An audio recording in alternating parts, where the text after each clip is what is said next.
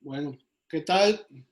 Buenas tardes a todos. Su servidor Juan Guillermo Ávila Sarabia, coordinador de la Comisión de Derecho Constitucional, a nombre del capítulo Nuevo León de la Barra Mexicana del Colegio de Abogados, les damos la más cordial bienvenida a este panel virtual sobre la procedencia y la suspensión en materia en contra de las clausuras realizadas con motivo de la declaratoria de emergencia causada por el COVID-19.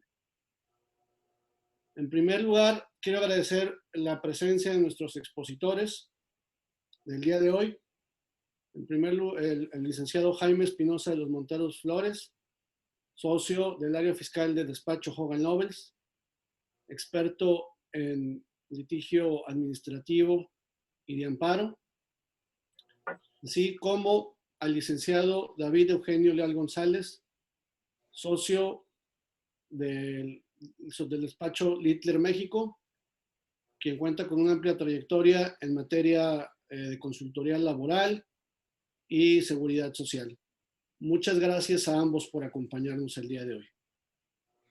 Gracias por la invitación, Memo. Muy honrado, muy honrado.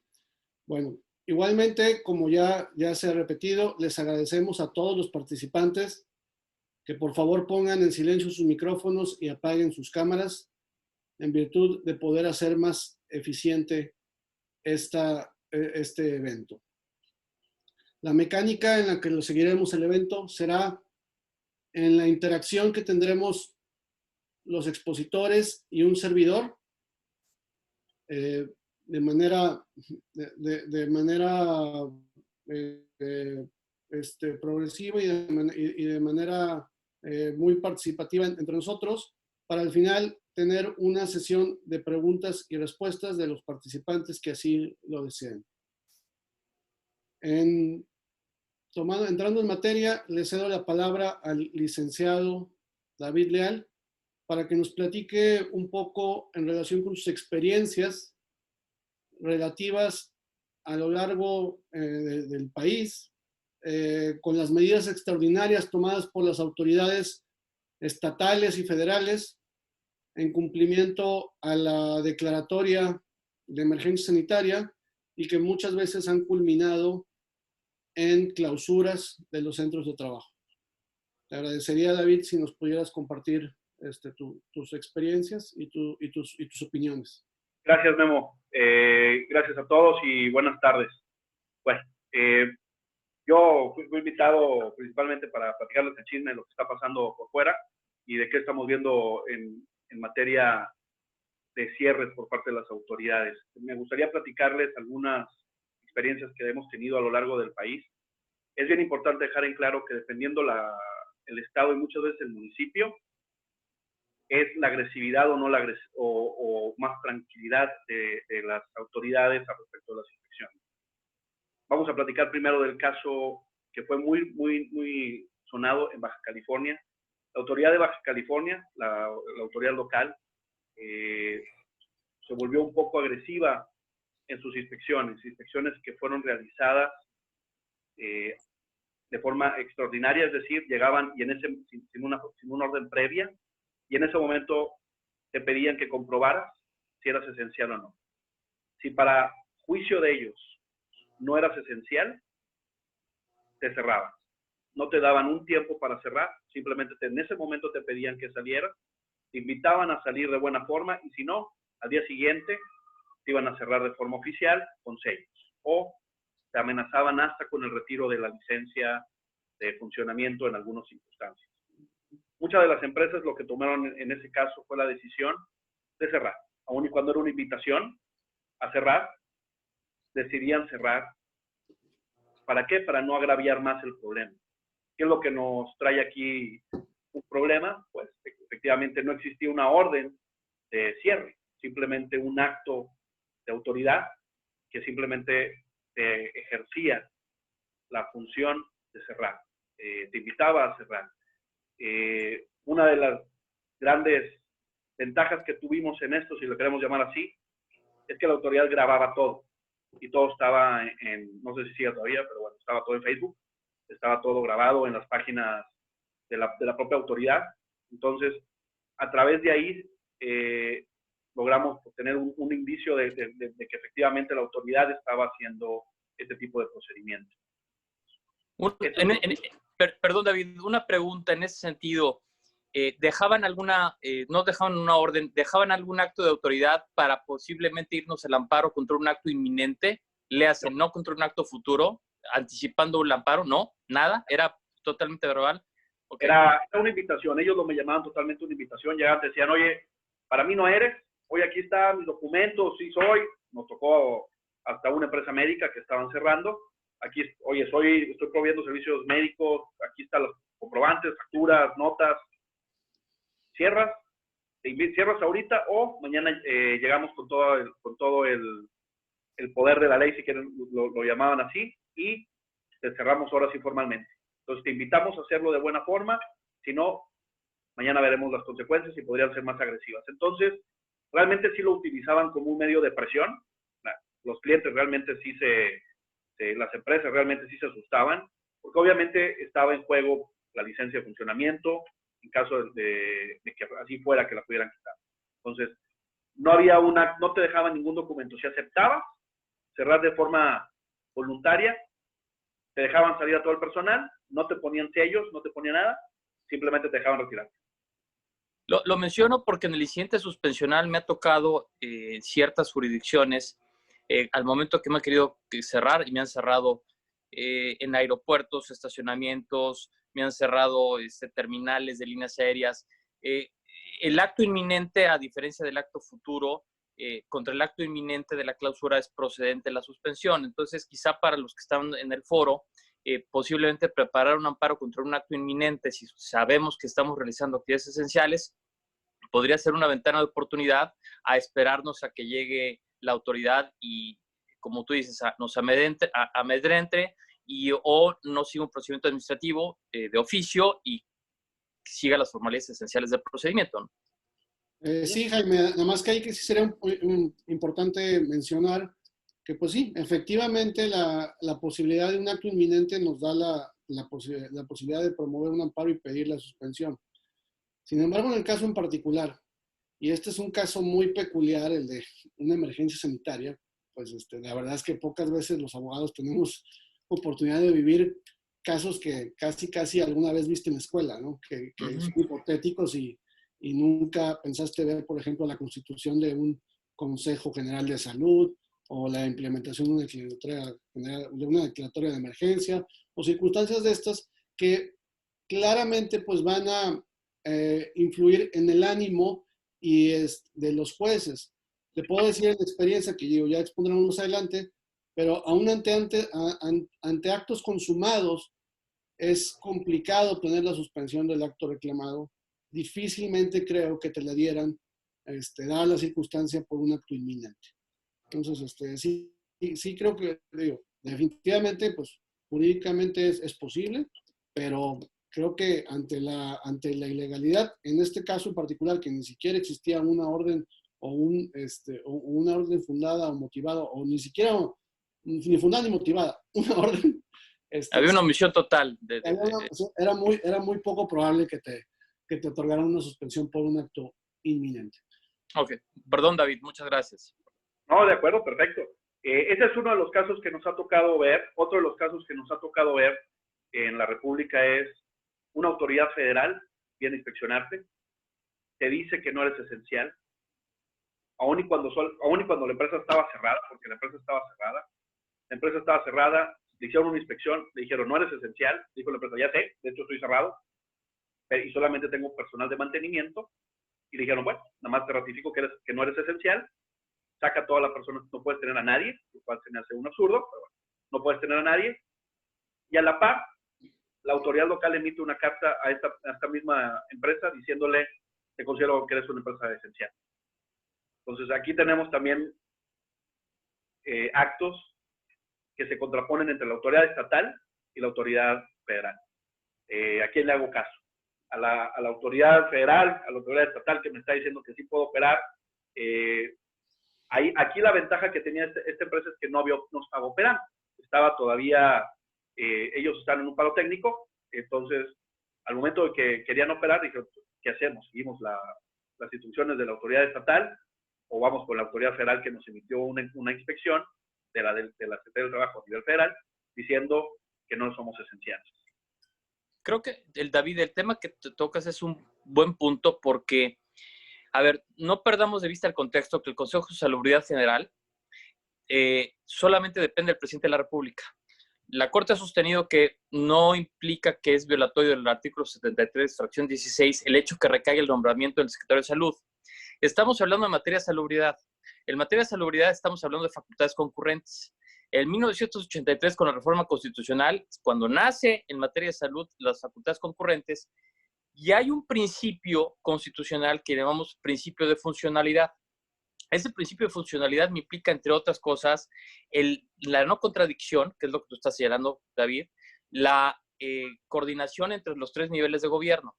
Evidentemente, platicando este tema entre nosotros tres, llegamos a la conclusión de que un oficio de la autoridad estatal, independientemente que no sea sanitaria, podría darte fumus boni juris, esto es la apariencia de buen derecho para solicitar la suspensión y acreditar la apariencia del buen derecho dentro del incidente suspensional.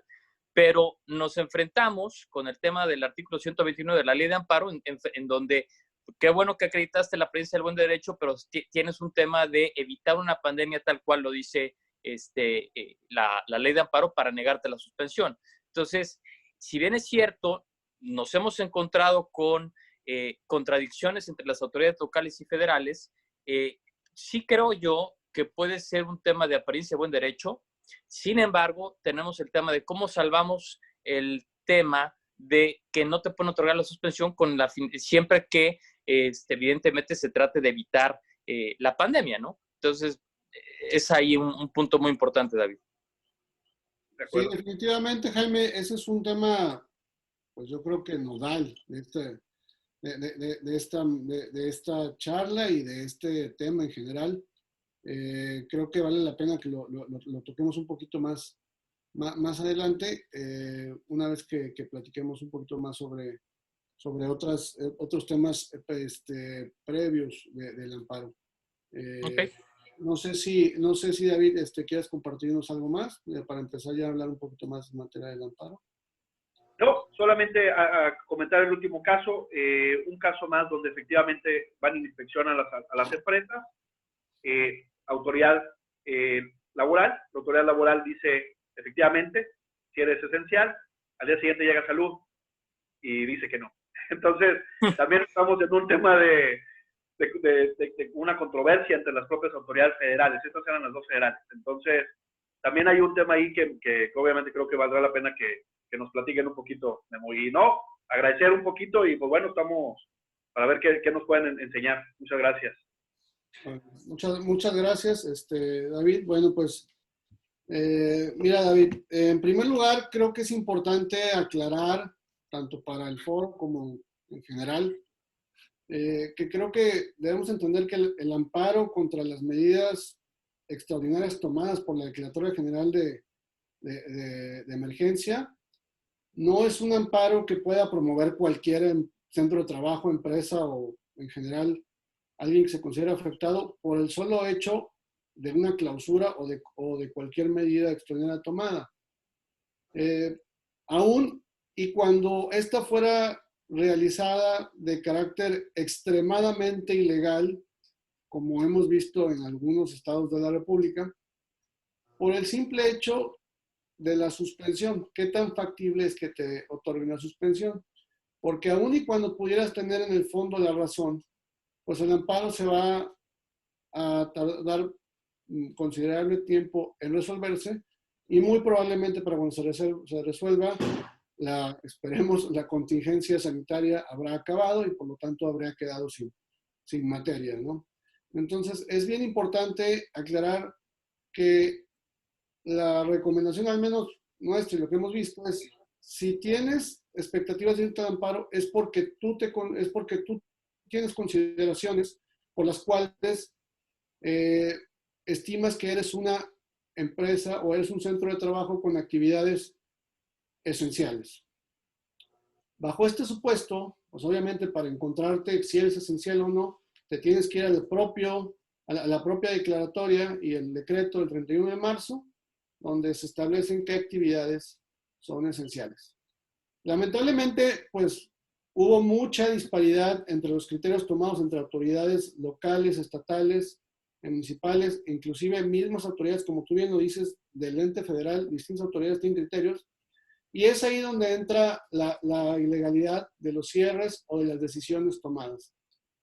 Por eso, nosotros, en nuestra experiencia de los amparos que hemos promovido, nuestra hipótesis es muy sencilla, es muy básica. No, simplemente, yo no me estoy peleando, o no sugiero, al menos es lo que yo estimo conveniente, no sugiero pelearme contra el acuerdo. Yo sugiero pelearme con el acuerdo a favor. El acuerdo es el que te da precisamente el carácter de esencial, y por lo tanto, si una autoridad no lo considera, pese a que existe el decreto ahí de Declaratoria General Central, ese es tu fundamento para precisamente para irte al amparo, e inclusive ese es tu fundamento para lo que tú mencionabas, Jaime, para poder darle la vuelta a la excepción del 129 de que no es procedente la suspensión en contra de medidas que sean tomadas para combatir una pandemia. Porque si tú vas en ese supuesto, si tú vas con esa hipótesis, entonces tú estás diciendo que tú estás dentro de las medidas dictadas para combatir esa pandemia, es decir, que prevalezcan actividades esenciales. Sí, tus conceptos de violación, perdón que te interrumpa, serían inoperantes. Entonces, la hipótesis que se propone, o sobre la base que estamos trabajando, es que evidentemente el acto reclamado es el acto de autoridad por vicios propios de la autoridad administrativa, le hace la clausura como tal. Entiendo yo, por lo que me estás diciendo, que no es el decreto ley, como diría Sergio Francisco de la Garza, una excepción de la división de poderes, en donde hay un acto formalmente administrativo, pero materialmente legislativo. Pero Guillermo, en ese sentido, y sabemos que el 73 fracción 16 en su base primera permite que al Consejo de Salubridad General emitir estas normas de carácter general y definir o señalar que es una actividad esencial. En ese sentido, ¿cómo podríamos definir o interpretar a la luz de los derechos humanos que es una actividad esencial? Insisto, con los sendos decretos que ha expedido el Consejo de Salubridad General. Bueno, en primer lugar, no debemos de tener en cuenta, pues, los principios generales de los derechos humanos, ¿no? Los derechos humanos, pues, sabemos que todos tienen 4 principios: el de universalidad, interdependencia, indivisibilidad y el de progresividad. Interpretándonos a la luz de esos principios, definitivamente, pues, y en concatenación con el decreto, pudiéramos entender si somos esenciales o no para efectos de promover un amparo. Definitivamente, el decreto no es tajante ni taxativo respecto de que ciertas o específicas actividades únicamente o de manera exclusiva son esenciales. Lo cierto es que el decreto debe ser interpretado de que las actividades esenciales o las que se necesiten para cumplimentar las esenciales podrán tener ese carácter. Sobre todo ahí teniendo en cuenta el principio de progresividad, de que, pues, te dice que debes de tener, que para hacer valer un derecho humano, pues debes de hacer diversas medidas para llegar al fin, ¿no? En contradicción al principio de no regresividad.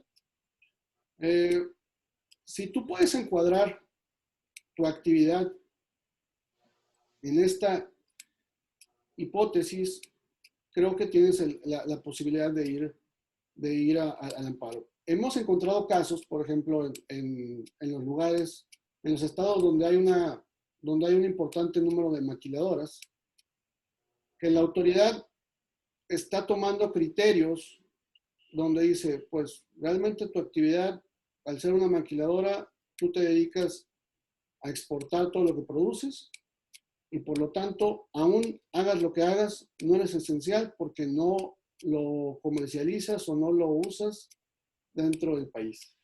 Creo que definitivamente, por ejemplo, estos criterios violan tajantemente el principio de universalidad, porque pues me estás diciendo que la vida de una persona, de un mexicano, vale más que la vida de un extranjero, o inclusive podrías darle más valor a la vida de un mexicano que vive en México que a la vida de un mexicano que vive traspasando la frontera, inclusive del propio estado. Digo, estamos hablando de estados fronterizos, donde ciertamente hay muchísimos mexicanos cruzando, y bajo el supuesto, te hablo un caso en concreto de una empresa que se dedica a hacer dispositivos médicos, donde se toman estos criterios diciendo, pues no me importa que los hagas médicos, los dispositivos, porque pues no son comercializados dentro del país y por lo tanto tu actividad no resulta esencial. Llegando en estos supuestos tan evidentes y francamente violatorios de garantías, nos encontramos ahora en situaciones muy específicas que quizá ante otro tipo de situaciones de actos reclamados no pudiéramos o sería poco viable promover. Por ejemplo, nosotros consideramos que en algunos casos, pese a que la mayoría de los quejosos van a ser personas morales, es viable inclusive solicitar la suspensión de plano, considerando que con las medidas tomadas, como en específico la clausura, te pudieran hasta violar derechos tutelados por el artículo 22. A ese grado tal, se puede considerar el interés suspensional para promover una demanda de garantías. Sin embargo, insisto, no se trata de que porque me violaron un derecho de legalidad al cerrarme de manera por demás arbitraria, deba de ir al amparo, sino y pedir una suspensión pensando que me van a otorgar una suspensión por ese solo hecho, puesto que estamos ante una situación muy específica, con muchos asegúnes, como propiamente la ley de amparo tiene su excepción en el 129 de otorgarse la suspensión contra actos que pongan en riesgo las acciones para combatir una epidemia, y por lo tanto pues sería y sería la respuesta lógica o primera de muchos juzgados de distrito al momento de promover una demanda de amparo. Por ello, en ese sentido, una pregunta, por ejemplo, para David, porque estamos viendo claramente los principios de indivisibilidad, interdependencia de los derechos humanos, y estamos hablando del derecho a la salud y el derecho de libertad de comercio y de trabajo de los trabajadores. Pregunta, David, ¿se han acercado contigo algunas empresas diciendo, oye, el sindicato quiere promover un amparo para abrir la empresa contra una clausura, o un propio trabajador reclamando su derecho de libertad de trabajo y en su caso sustento económico? La realidad es que no nos ha tocado ese caso, es posible. La realidad es que no lo vemos, y más por un tema, que me preguntas a mí, por un tema político, porque al final del día el gobierno les está diciendo un mensaje de, no, tú tienes derecho al 100%. ¿Quién de los trabajadores va a querer ir a trabajar cuando le van a pagar el 100% por fuera? Y menos los sindicatos. Entonces, no hemos visto ese tema. Más bien, sindicatos muy agresivos tratando de que se respete el 100% cuando cierran a la empresa. Ese es el tema. No tanto ellos pidiendo regresar a trabajar. No nos ha tocado el día de hoy.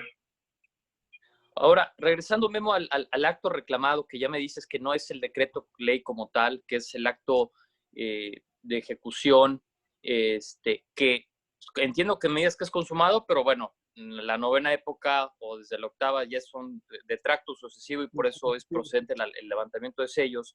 ¿Qué derechos humanos o qué violaciones de derechos humanos haces valer en el amparo contra este acto administrativo de vicios propios? O sea, indebida fundamentación y motivación, o cuál es la violación directa a los derechos humanos y a la Constitución que provocan estas clausuras. Bueno, definitivamente estamos hablando de una indebida fundamentación y motivación porque si yo baso mi acto reclamado en el indebido cierre, comparado precisamente en el decreto ley, como bien le podemos llamar, pues entonces estoy reclamando una indebida fundamentación y motivación adicionalmente a los vicios propios del acto. Por ejemplo, en el caso de los casos de los estados donde se han dado cierres sin previas órdenes, pues bueno, es muy claro, es franco, es meridiano que ahí existen violaciones Al debido proceso. al debido proceso, risorias y que ni siquiera deberían de ser materia de cuestionamientos.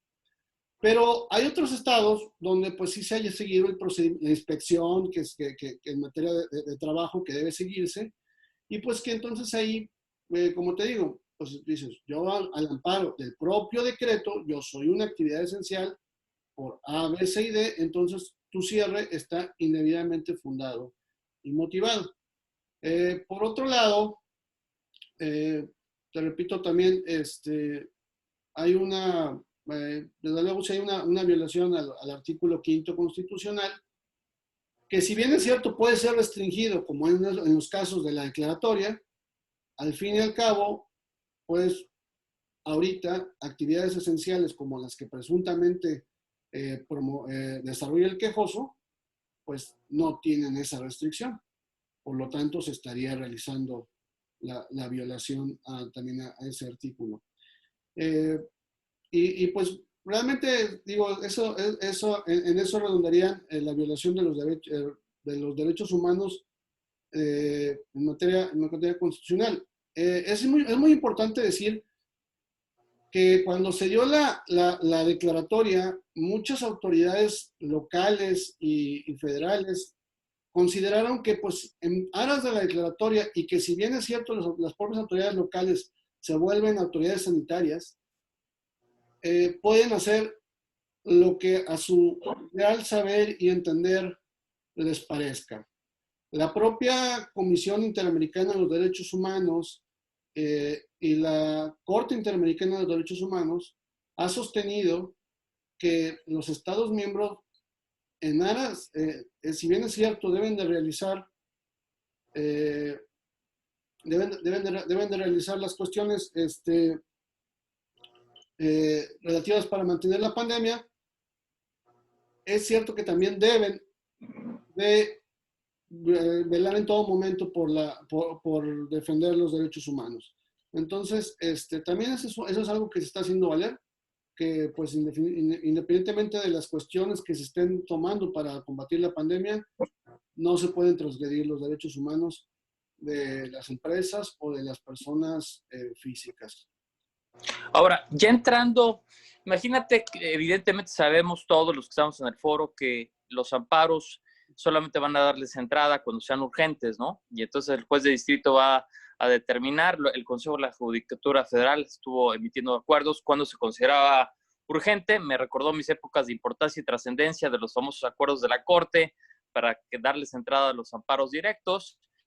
Y entonces, Guillermo, David, esta urgencia, ¿cómo la han salvado? ¿Cómo podemos salvar la urgencia de entrada? Olvídense para que me den la suspensión, para que me den entrada a la demanda de amparo, ¿no? Y no me la, o me la, no, me la admitan en la oficialidad de partes o simple y sencillamente me la desechen de plano.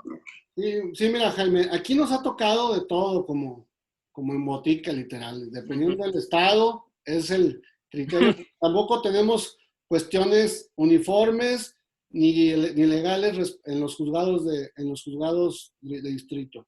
Nos ha tocado estados donde ni siquiera nos quieren acusar de recibido la demanda. Hemos tenido que llevar un fedatario público para constatar este hecho y solo así nos han recibido la demanda. Pero el criterio general que en varios tribunales del país están tomando es que te la reciben y se reservan por no considerarla urgente.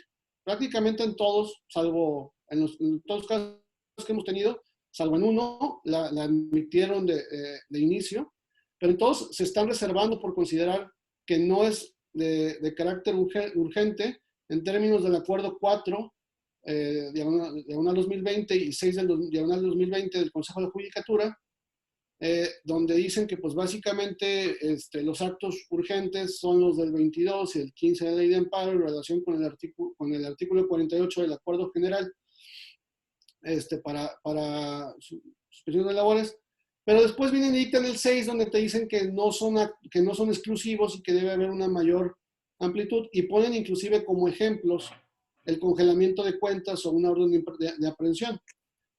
Sin embargo, ha habido otras autoridades que te dicen, no, solamente lo emplearon para congelamiento de cuentas y órdenes de aprehensión. Para mí no es taxativo, es solamente ejemplificativo, ¿no? No es taxativo. Entonces, en ese tenor te puedo decir que prácticamente al menos hasta la semana que entra, los dos distritos estaban teniendo el criterio de que no era urgente los amparos que tú promovías por una clausura, y que por lo tanto pues se reservaban hasta cuánto regresaban a labores. Por lo que era necesario forzosamente irse a la queja, y lo cierto es que dentro del mismo acuerdo 4 y 6 del 20, sí te menciona que es importante que se reciban porque precisamente si se reciben, los gobernados podrán impugnar las decisiones. Bajo este criterio, los tribunales colegiados sí están tomando los recursos de queja que se promuevan contra, por la urgencia, y los resuelven de manera prácticamente inmediata, hacen sesiones extraordinarias, pero también es cierto que casi se resuelven todos diciéndole al juzgado, pronúnciate, solo eso, pronúnciate, aunque muchas veces, o el criterio es, pronúnciate porque esta industria o esta actividad de esta empresa sí puede ser considerada esencial.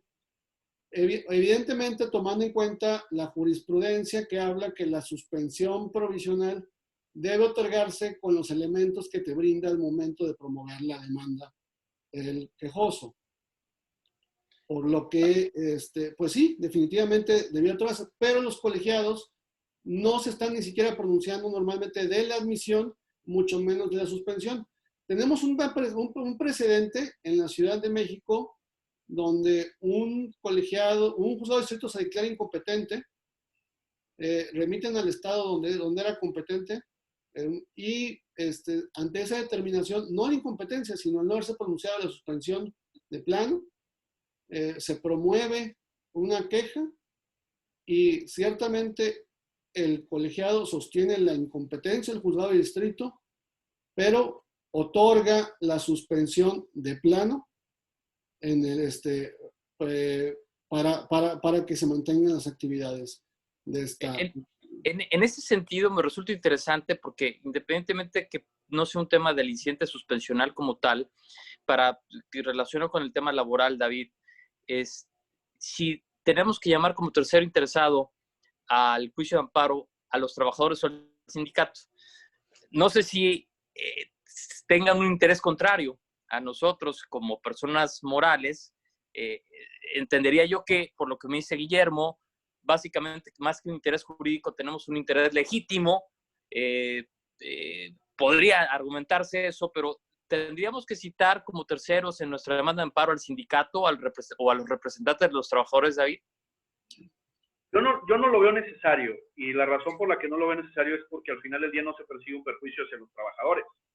Al final del día lo que estás tratando de defender es un acto ilegal, donde la autoridad, sin haber ahondado en el estudio de los elementos que se consideran esencial, decidió clausurar. Al final del día los derechos de los trabajadores están garantizados en una o en otra, si cierran o abren, los derechos de los trabajadores están garantizados. Yo no veo una necesidad. Su derecho a la salud, por ejemplo, que diga un trabajador, espérame tantito, yo sé que me estás obligando, porque prácticamente el que te concedan la suspensión provisional es abro, y tú tendrías algún tipo de causal si el trabajador no se presenta por decirte 3 días consecutivos o en el mes, perdón, sin causa justificada, podrías rescindirle unilateralmente el contrato, ¿no? Sí, al final del día sí, pero al final del día, como yo lo observo, es el hecho de que tú no estás peleando el hecho de que de las medidas de seguridad. Las medidas de seguridad y salud van a seguir y de hecho en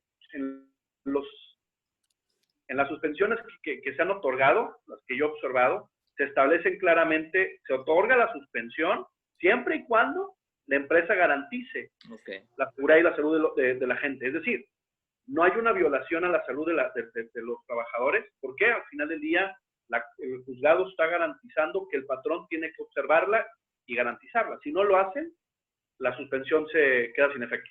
De hecho, así lo establecen. Y ordenan a la autoridad de salud y del trabajo a hacer inspecciones continuas para garantizar esto. Entonces, yo lo veo como realmente no hay una afectación a la salud. Es más, simplemente es una violación que la autoridad realizó al no estudiar debidamente la esencialidad o no esencialidad de la industria. Y en ese sentido, Guillermo, ya entrando al tema de una resolución de suspensión provisional o de plano, platicábamos, no soy juez de distrito, ni mucho menos, pero como juez de distrito lo primero que me vendría a la mente es este análisis somero de la apariencia del buen derecho. Cuando yo otorgue la suspensión de plano o la provisional, ya al calificar que mi actividad es esencial o no, está resolviendo el fondo del asunto. Entiendo yo la jurisprudencia de la Corte, en donde harás un análisis somero de los conceptos de violación, verás si tienen o no un derecho que tutelar y que efectivamente hay un indicio de violación de derechos, ¿no? Pero el tema de la suspensión, de mantener las cosas en el estado en que se encontraban antes de la violación de derechos, parecería aquí que en este tipo de suspensiones sí están entrando al fondo, o sea, al fondo el juez de distrito al momento de decir, es esencial, independientemente que se reserve para la sentencia definitiva el tema de analizar si es o no efectivamente una actividad esencial al amparo de los decretos del Consejo de Seguridad General. Sí, mira, Jaime, si bien es cierto lo que tú dices, definitivamente en aras de la apariencia del buen derecho y peligro de la demora, se debe hacer un estudio somero. En este caso en particular, que no es precisamente el estudio de un amparo en el deber ser o como normalmente se está dando el tratamiento a los juicios de amparo, te comentaba que, por ejemplo, los colegiados están pronunciando en sus quejas en relación a que le dicen, tú, juez de distrito, debiste de proveer porque es una cuestión de urgencia. Pero en los casos que hemos visto, y esto ha sido en colegiados de distintos circuitos, al pronunciarse, si bien es cierto, le dicen, tú decidirás al final, o tú tienes libertad de jurisdicción para decidir, juez de distrito, es cierto que el quejoso manifestó dedicarse a tal o cual actividad esencial y por lo tanto pudiera ser que tenga una actividad esencial. Definitivamente creo que ese tipo de razonamientos que emite el colegiado en una queja, si bien es cierto, le da libertad de jurisdicción, lo acota o lo limita mucho a un juez de distrito para que diga después no es esencial. Por lo tanto, definitivamente, ahorita en el caso concreto, no creo probable que te vayan a otorgar una suspensión provisional, menos de plano, si verdaderamente casi no acreditas o no entregas desde un inicio el acervo probatorio de este supuesto. ¿Por qué? Porque al final el juez tiene una excepción muy grande, clara y señalada en la ley de amparo, que le dice que ante la duda no te otorgue la suspensión. Y entonces se vuelve relevante, perdón que te interrumpa, las pruebas que vas a presentar en el incidente de suspensión, las pruebas que realmente tendrían que ser de fondo, para el fondo del asunto, realmente son las pruebas de fondo de toda esta estrategia, ¿no? Es decir, no sé, trato de imaginarme el ejemplo de una maquiladora que tú estabas mencionando. Oye, fíjate que yo produzco insumos que son cadenas de valor para poder fabricar ventiladores. Esos ventiladores se van a exportar. A mí en ningún lado en el decreto me están diciendo que la exportación no es una actividad esencial. ¿Me explico? Entonces, me estás diciendo que esas pruebas que son de fondo, pero también van a ser de fondo, por así decirlo, en el incidente de suspensión, son las que te están dando la viabilidad de otorgarte la suspensión. Sí, claro, porque la realidad es que cuando, en los casos que hemos visto que han otorgado suspensiones provisionales y de plano, en todos los casos ha sido punto nodal el si eres esencial o no para otorgarte la suspensión. Te digo, tan importante puede llegar a ser que inclusive te pueden otorgar la suspensión de plano por esa situación. Entonces, de verdad, sí es importante llegar con tu, con tu demanda, acompañar todas las pruebas que pudieras pensar para el fondo, con independencia que pudieras obtener mayores pruebas en dentro del incidente de suspensión, si lo hubiera, o ya para el fondo del asunto.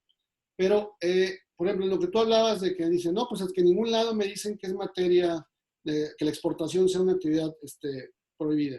Sin embargo, hay una parte del decreto donde te dice que las actividades esenciales son las que se desarrollan en México. Bajo ese supuesto, pues a veces los jueces pueden decir, no, pues es que esa actividad no es para desarrollarse en México y no es para, y no, por lo tanto, no corresponde a una actividad que sea necesaria para esta pandemia. Por eso tú tienes que ir, tú en principio es, digamos que si pensando en el amparo que existiera una presunción de inocencia, ahorita en este momento es lo contrario. Tú eres presuntamente no esencial hasta que se demuestre lo contrario, ¿no? Muestre lo contrario. Ahora, entrando en materia, les pregunto a David y a usted y a ti, Guillermo. A ver, cuando leo el decreto y sabemos que, y no es un foro para criticar a nadie, pero lees el decreto y está mal hecho, ¿sí?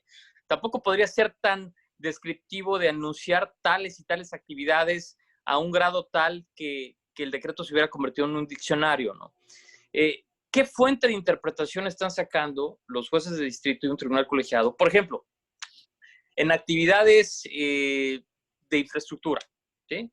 Tú puedes llegar a decir que una carretera, para que tengas una carretera bien pavimentada, necesitas cemento o necesitas una máquina para pavimentación que fabrica una empresa manufacturera, ¿no? Entonces, ¿cuál es la fuente de interpretación? Si es una fuente auténtica, que no la hay realmente, digo, o una fuente una interpretación gramatical, o cuál es cómo están abordando los jueces de distrito, cuál es la fuente de interpretación para determinar si caes o no dentro de las actividades esenciales, porque, insisto, una industria manufacturera que produzca insumos o maquinaria pesada para realizar las actividades esenciales podría decir, oye, es que sin mí no podrían realizarse esas actividades, ¿no? No sé si transmito la idea.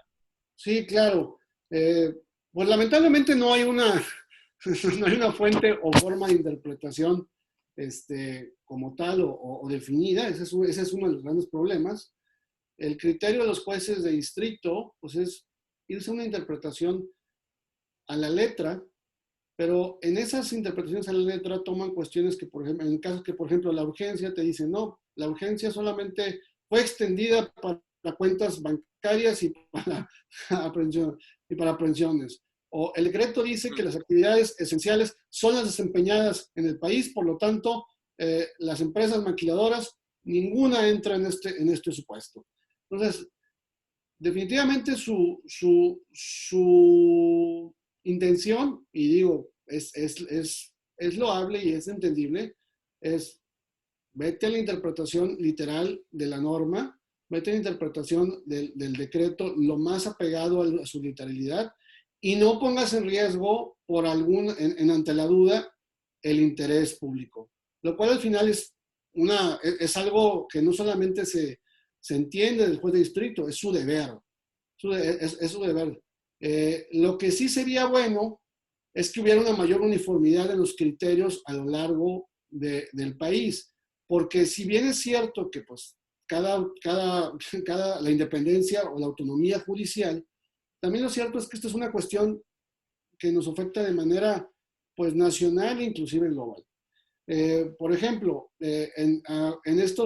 cuando se ataca o se dice que las industrias que exportan en su mayoría o que actividades, en su mayoría, no son esenciales porque el decreto dice que son actividades que deben realizarse dentro del país, pues también se contradice con, por ejemplo, las declaraciones del Ejecutivo diciendo que México debe combatir la pandemia de manera conjunta con todos los países y que es algo que no van a poder enfrentar si no es de manera global, inclusive México instando a que se firmen declaraciones multilaterales en este sentido.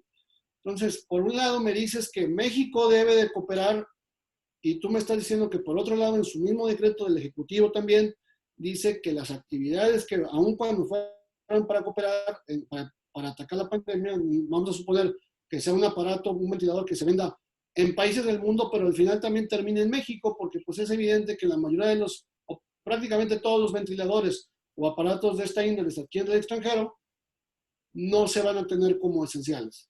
Entonces, si te vas a ir a la literalidad de la norma, pues definitivamente te vas a quedar corto, porque hay muchos otros cuerpos normativos e inclusive hechos notorios que pudieran darte la luz para determinar si eres esencial o no, entendiendo el contexto de las operaciones. Y fíjate, y para el foro, para todos los que nos están escuchando, si hay México ha adoptado el sistema de clasificación industrial para América del Norte, el famoso CISAN. Ciertas dependencias o unidades administrativas de dependencias como la COFEPRIS lo utilizan, donde viene una clasificación de actividades con un orden lógico de mayor a menor. Por ejemplo, vienen actividades agrícolas, la rama, el sector, el subsector. Yo lo comentaba con David y con Guillermo, si oye, ¿qué tanto es una fuente de interpretación? Yo coincido con Guillermo en donde tenemos que irnos al decreto más que al sistema de clasificación industrial para América del Norte. Ese es un punto fino. Otro punto fino es, parecería ser, y de materia laboral parece ser que las cosas están salvadas, pero en la industria maquiladora, donde importan temporalmente bienes y que conforme al artículo 108 de la ley aduanera y a la fecha no ha habido ninguna exención o ampliación de plazo, yo tengo que retornar esos bienes, ya sea virtualmente o al extranjero. Esas mercancías se van a considerar legalmente, ilegalmente introducidas al país. 2 y 3. Otro punto también que quiero poner sobre la mesa es el tema de esa ponderación, vuelvo al tema de la ponderación de los derechos económicos y sociales versus los derechos civiles y políticos, Guillermo, y hablo otra vez de la interdependencia e indivisibilidad. Al momento de volver a analizar los decretos, de que no tenemos una fuente de interpretación y que parecería que todo o nada puede caer como una actividad esencial, nos están dejando fuera a las cadenas de valor. Y esas cadenas de valor son las industrias maquiladoras. Entonces, el punto a donde quiero llegar es que parecería que los decretos tienen omisiones. Y ya sabemos que la Suprema Corte de Justicia de la Nación establece que contra una norma de carácter general, que lo es, procede el amparo contra omisiones siempre que exista un mandato constitucional de que se expida esa norma de carácter general, que creo en este caso no se da. Entonces, estamos dependiendo literalmente muchas industrias de lo que diga el Consejo de Salubridad General. No sé qué piensen. Sí, no, definitivamente tienes razón. Por eso resultaría, digo, la verdad es que cuando, por ejemplo, nosotros empezamos en el análisis de la posibilidad de la procedencia de los amparos contra esta situación, pues te repito, lo primero que nos venía a la mente, pues era el 129, ¿no? Y yo quizá, aunque después lo cambié mi parecer, pero sí decía, no, o sea, no van a proceder los amparos y si proceden no van a proceder las suspensiones. Pero después cuando empiezas a ver precisamente lo que tú dices, que estamos dependiendo de lo que dice el Consejo General de Salud, y después que el Consejo General de Salud no nada más es esta autoridad, sino que delega posibilidades de verificación y inspección a otras autoridades del índole estatal, sin criterios previamente definidos, pues entonces definitivamente tenemos que tener un medio de defensa. Y aun y cuando pudiera ser pudiera haber un medio de defensa ante los propios tribunales locales, a lo mejor por un tema en contenciosos, ante la misma situación de contingencia, no tenemos oportunidad de defensa. Por eso también es muy importante que los juzgados federales tomen criterios definidos y concretos sobre cómo podemos defendernos, ¿no? Creo que inicialmente pues, se había delimitado el tema de la duración de la contingencia, se extendió. ¿Y qué pasa si es posible que se vuelva a extender el tiempo, ¿no? Vamos a seguir en la indefensibilidad, esperando que precisamente como tú dices, el Consejo General de Salud dicte medidas, y no solo estos, sino las autoridades a las que deleguen. Entonces, ahí sí de verdad creo que es muy claro, es muy importante hacer ver las posibles violaciones de los derechos humanos en los centros de trabajo, desde luego también de los trabajadores o de los gobernados en general, pero creo que esa es una situación un poquito más definida, porque si no, pues no vamos a tener oportunidad de reactivar, ni nuestros centros de trabajo esenciales pueden afectar a la propia contingencia y nos quedaremos esperando a ver qué decide un organismo, ¿no? Una pregunta también para el foro, porque también se ha planteado, a ver, estamos hablando de una norma de carácter general y debe de respetar también el derecho humano de igualdad. Al momento de que considera actividades esenciales la construcción de los proyectos de este sexenio, Dos Bocas, Aeropuerto Santa Lucía, y el Tren Maya, ¿hay alguna oportunidad de plantear como concepto de violación al derecho de igualdad? Porque ¿qué criterios, parámetros objetivos, razonables y proporcionales tomó en consideración el Consejo de Salubridad General para considerar que estas actividades son esenciales versus la construcción de otros proyectos, ¿no? Entonces, no sé si hay algún comentario, Guillermo, David, sobre este tema. Bueno, pues definitivamente creo que eso sí es un tema que nos traería muchas horas más de plática y de análisis, porque no solamente se decretó la continuación de los megaproyectos, por así decirles, a estos proyectos, sino que inclusive obligó a entes privados que fueran sus proveedores a mantenerse en operaciones, cuando por otro lado pudieran determinarse como un esenciales y pudieran haber cerrado o suspendido operaciones. Sí, creo que sería factible la promoción de un amparo contra un acto, como tú bien lo dices, materialmente legislativo, aunque fuera formalmente ejecutivo, pero sí sería un tema pues, que sería el fondo, ¿no? Y difícilmente podríamos... Yo no podría entender que pararan un proyecto de estos por la promoción de amparo, aunque inicialmente pudiera otorgarse una suspensión. Sinceramente creo que ahí sí los colegiados lo revocarían. Oye, estoy viendo una pregunta del foro que está muy interesante porque, como ustedes saben, en amparo contra leyes no opera el principio de definitividad cuando estemos ante el primer acto concreto de aplicación. Aquí estamos hablando de una norma de carácter general que jurídicamente, y así lo ha definido la Corte y la doctrina, es un decreto ley. Entonces, parecería ser que no sé si en las demandas de amparo que han preparado David, Guillermo, en el capítulo procedencia señalan que este es su primer acto concreto de aplicación de esta norma de carácter general, y con eso salvan el tema de la procedencia del juicio en función del principio de definitividad. Bueno, la verdad es que no considero necesario agotar un tema relativo al principio de definitividad respecto a las clausuras, porque al final, como te digo, en primer lugar, pues ni siquiera existen tribunales de otra índole abiertos. Segundo, difícilmente si estuvieran aún abiertos te otorgarían la posibilidad de la suspensión. Y vamos directamente, y se está, como bien digo, no estamos reclamando la inconstitucionalidad del decreto, sino estamos reclamando la inconstitucionalidad del acto per se. Pero ese acto, perdón que te interrumpa, tendría que violar directamente derechos humanos conforme a la ley de amparo, ¿no? Sí, sí, sí. O sea, o sea, no se tendría que basar en cuestiones de legalidad, porque en ese momento te saca el principio de Exactamente, efectividad. es lo que te digo, o sea, si vamos, por más franca que sea la violación, si realmente no tienes un derecho humano, que en este caso pues existe una ley que te protege y que te sostiene que tú eres esencial y que inclusive es para protección del interés social, que ahí tú me decías que pudiera considerarse como un interés legítimo. Yo no creo que sea un interés legítimo porque, bueno, para empezar tienes jurídico, tienes legítimo y en este inicio tú eres la empresa que está encerrando y pues eso meramente te da un interés jurídico.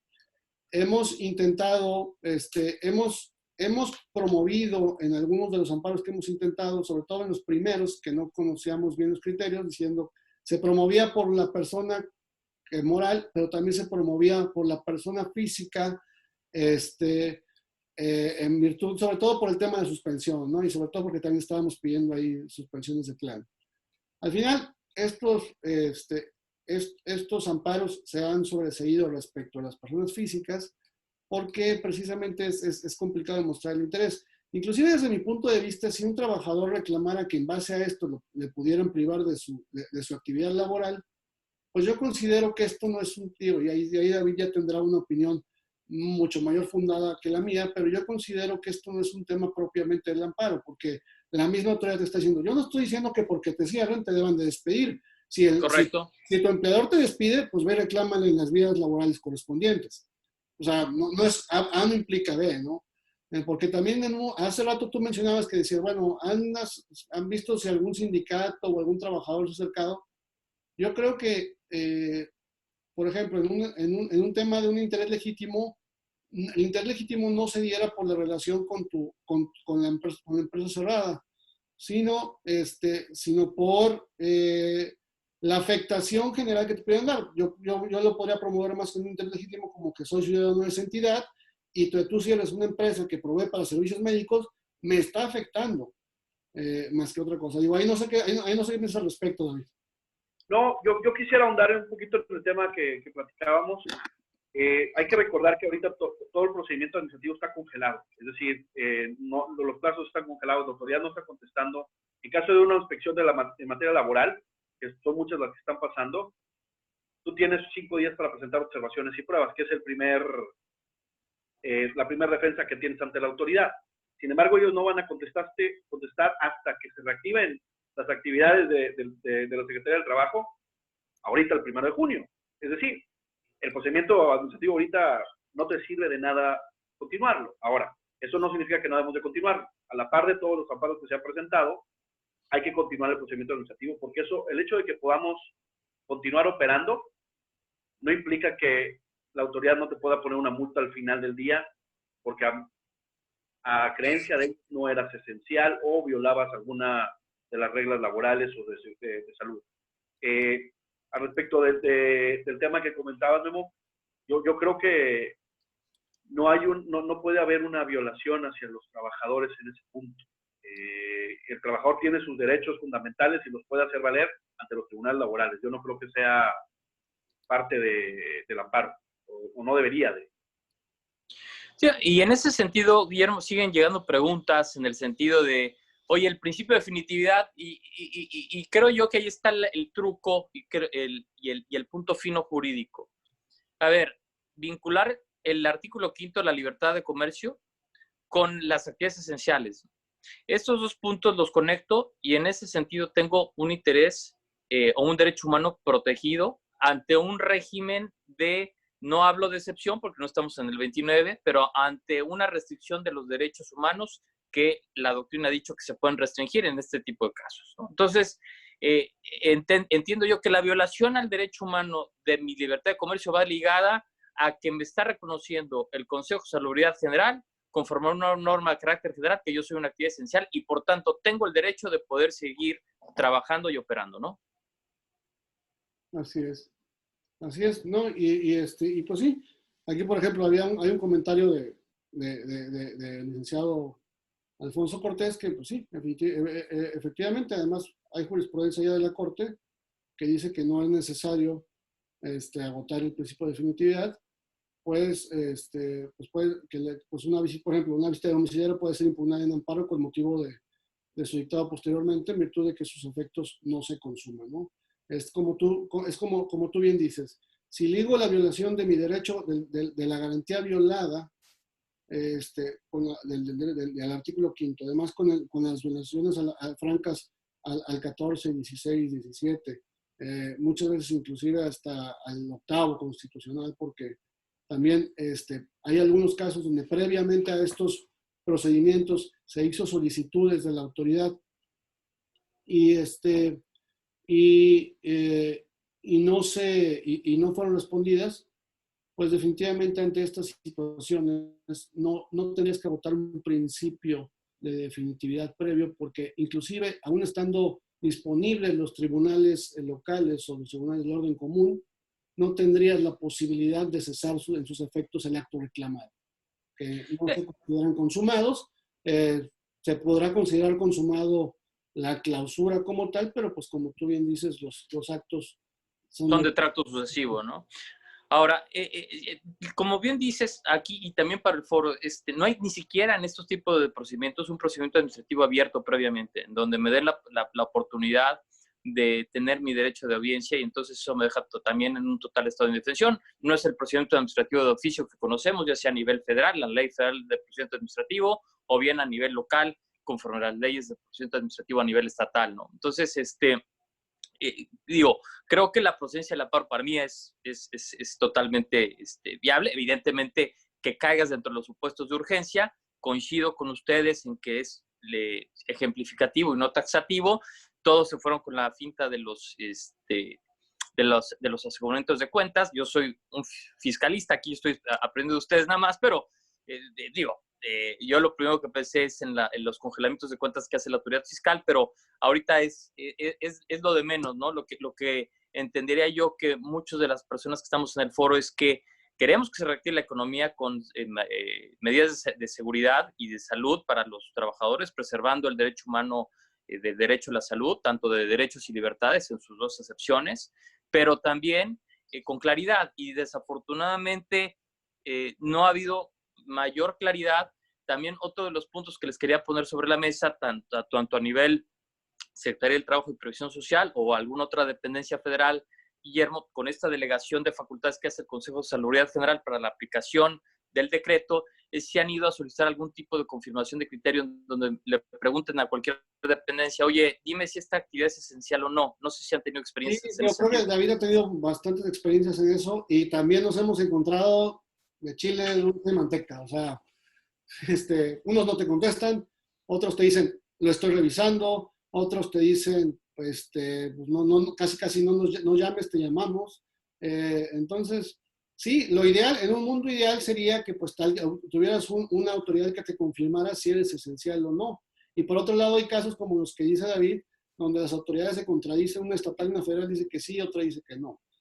No sé si podrías platicar un poquito más, David, de eso. Sí, claro. Lo que hemos visto en esa parte es las autoridades federales, economía, Secretaría del Trabajo, salud, se echan la bolita entre ellos. Te contestan muy rápido, tengo que aceptarlo, lo presentas, ya sea por escrito, ya sea de forma electrónica o presencialmente. Te contestan de forma electrónica, por correo electrónico, y te contestan casi te copian un copy-paste de lo que dice el acuerdo del 31 de marzo. Esto es lo que está pasando. Copiamos al secretario de Economía para que nos diga su opinión. Y Economía contesta lo mismo y te manda Salud. Y Salud te manda a Economía y ahí estás y no te acaba. Lo que hemos visto es los que están más dispuestos a emitir este tipo de confirmación de criterios son las autoridades locales, estatales, municipales, cualquier autoridad que realmente se vea afectada con la economía, no tanto la federal, son las que están más dispuestas a hacerlo. ¿Cómo lo hemos logrado? Sí hemos logrado algunas, son las menos, hay que decirlo. Realmente, y yendo un poquito a lo que platicaban de las pruebas, realmente es preparar pruebas contundentes. El objetivo tanto del amparo como de las cartas solicitando que te declaren esencial es no dejar duda de la esencialidad de la empresa. Cartas de nuestros clientes, de nuestros proveedores, de órdenes de compra, órdenes de factura, todo lo que podamos utilizar para acreditar que el producto que estamos usando o produciendo se está utilizando en alguna actividad esencial, va a ser fundamental, y obviamente el acompañamiento de la autoridad. Si tú nada más lo presentas y te vas, la autoridad no lo va a hacer. Tiene 2,000 cartas que le presentan diarias. Hay que tener un seguimiento cercano, y es la única forma. Un criterio, lamentablemente, no existe. No hemos visto un criterio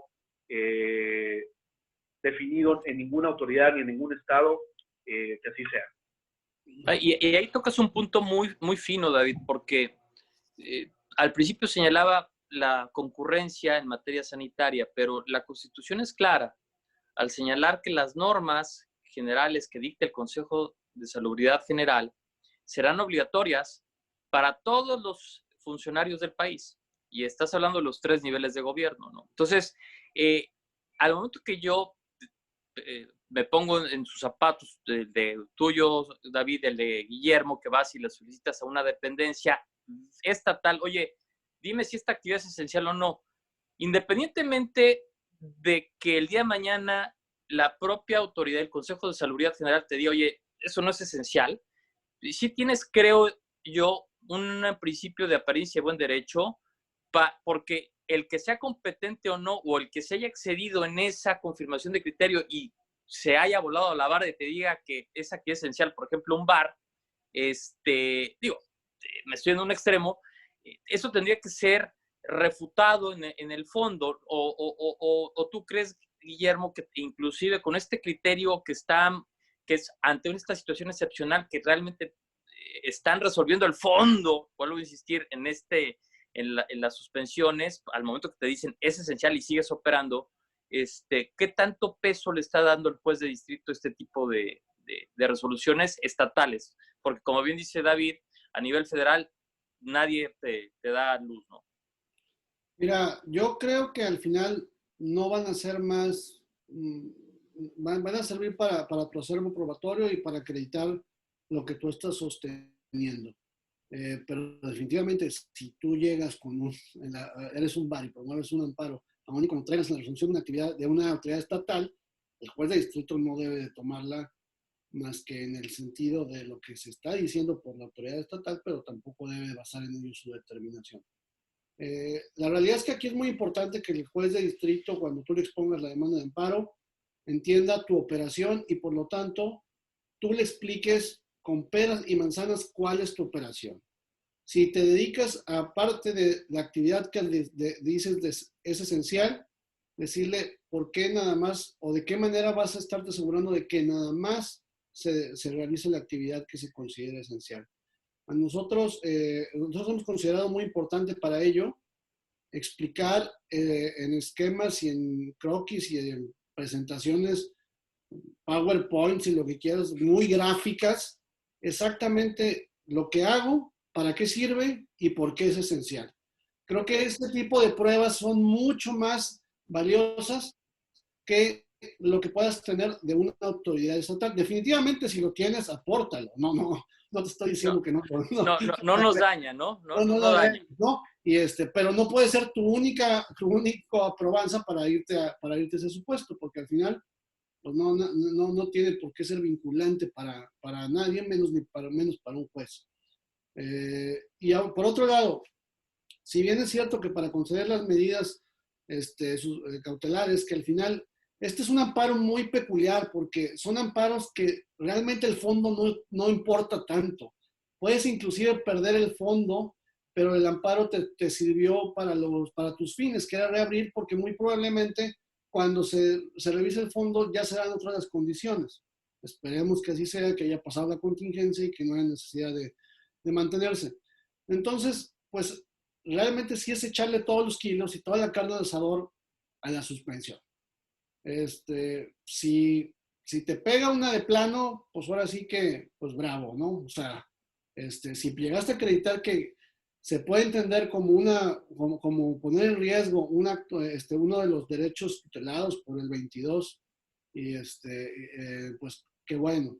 Pero si no, en tu incidente de suspensión, sigue aportando, porque al final también tienes que tomar en cuenta que, bueno, cuando ya te conteste la autoridad, pues la autoridad va a tratar de aportar pruebas en el contrario, y eso, pues definitivamente el juez también lo debe valorar.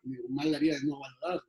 No porque te haya conseguido ya la medida inicial y haya hecho un análisis previo, quiere decir que ya, y ahora sí ya te puedes echar en saco.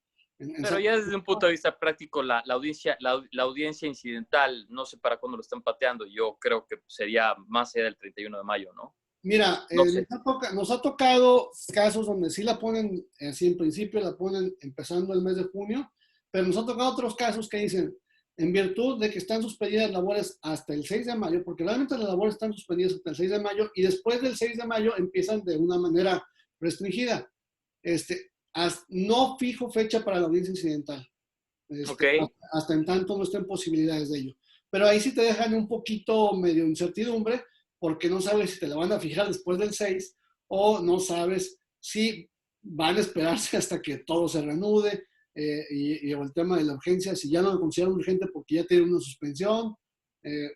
Entonces, sí es un poquito incierto, digo, no hay criterios definidos. Lo cierto es que sí consideran que la propia restricción y la propia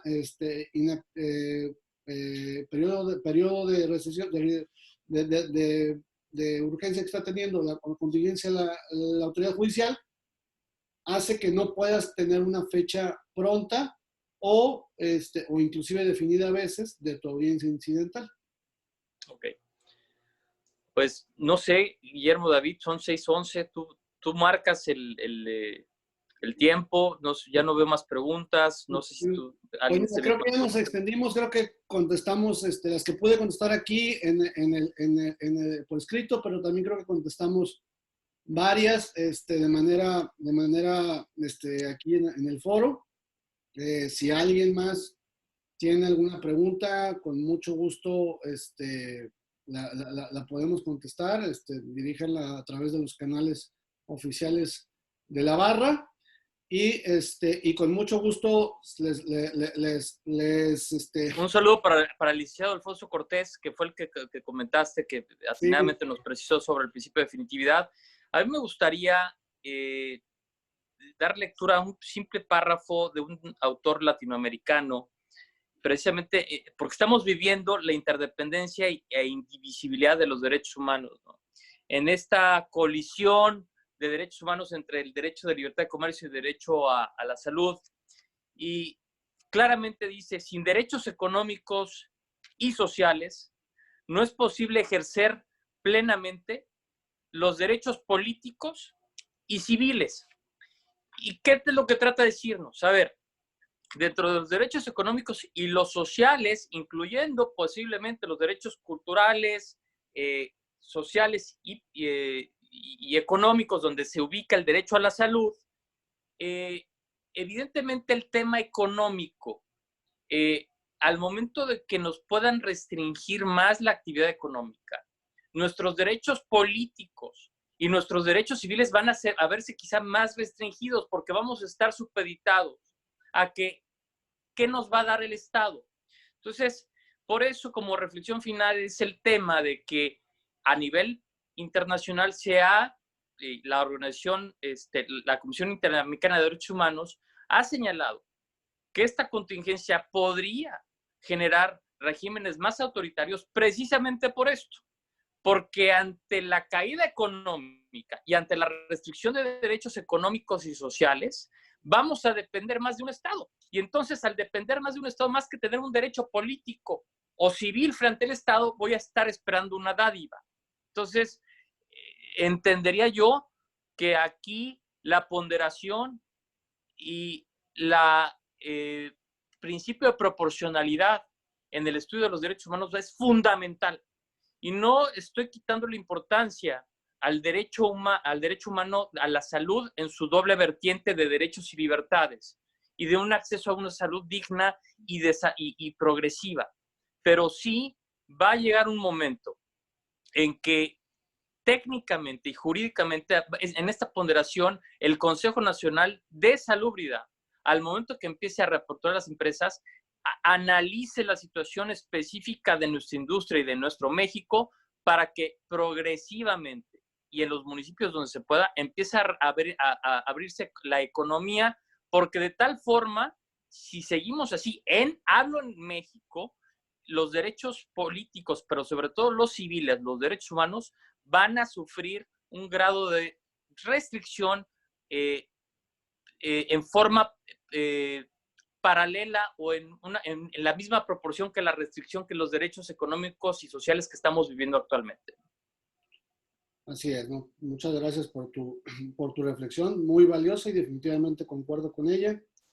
En ese tenor, agradezco a los participantes y principalmente a los expositores a nombre del capítulo Nuevo León de la Barra Mexicana Colegio de Abogados, su participación, por demás interesante, y les agradezco que estén al pendiente de todos y cada uno de los eventos que ante esta contingencia de manera remota, pero también mucho más accesible para todos, está publicando y realizando constantemente el capítulo Nuevo León de la Barra Mexicana de Colegio de Abogados.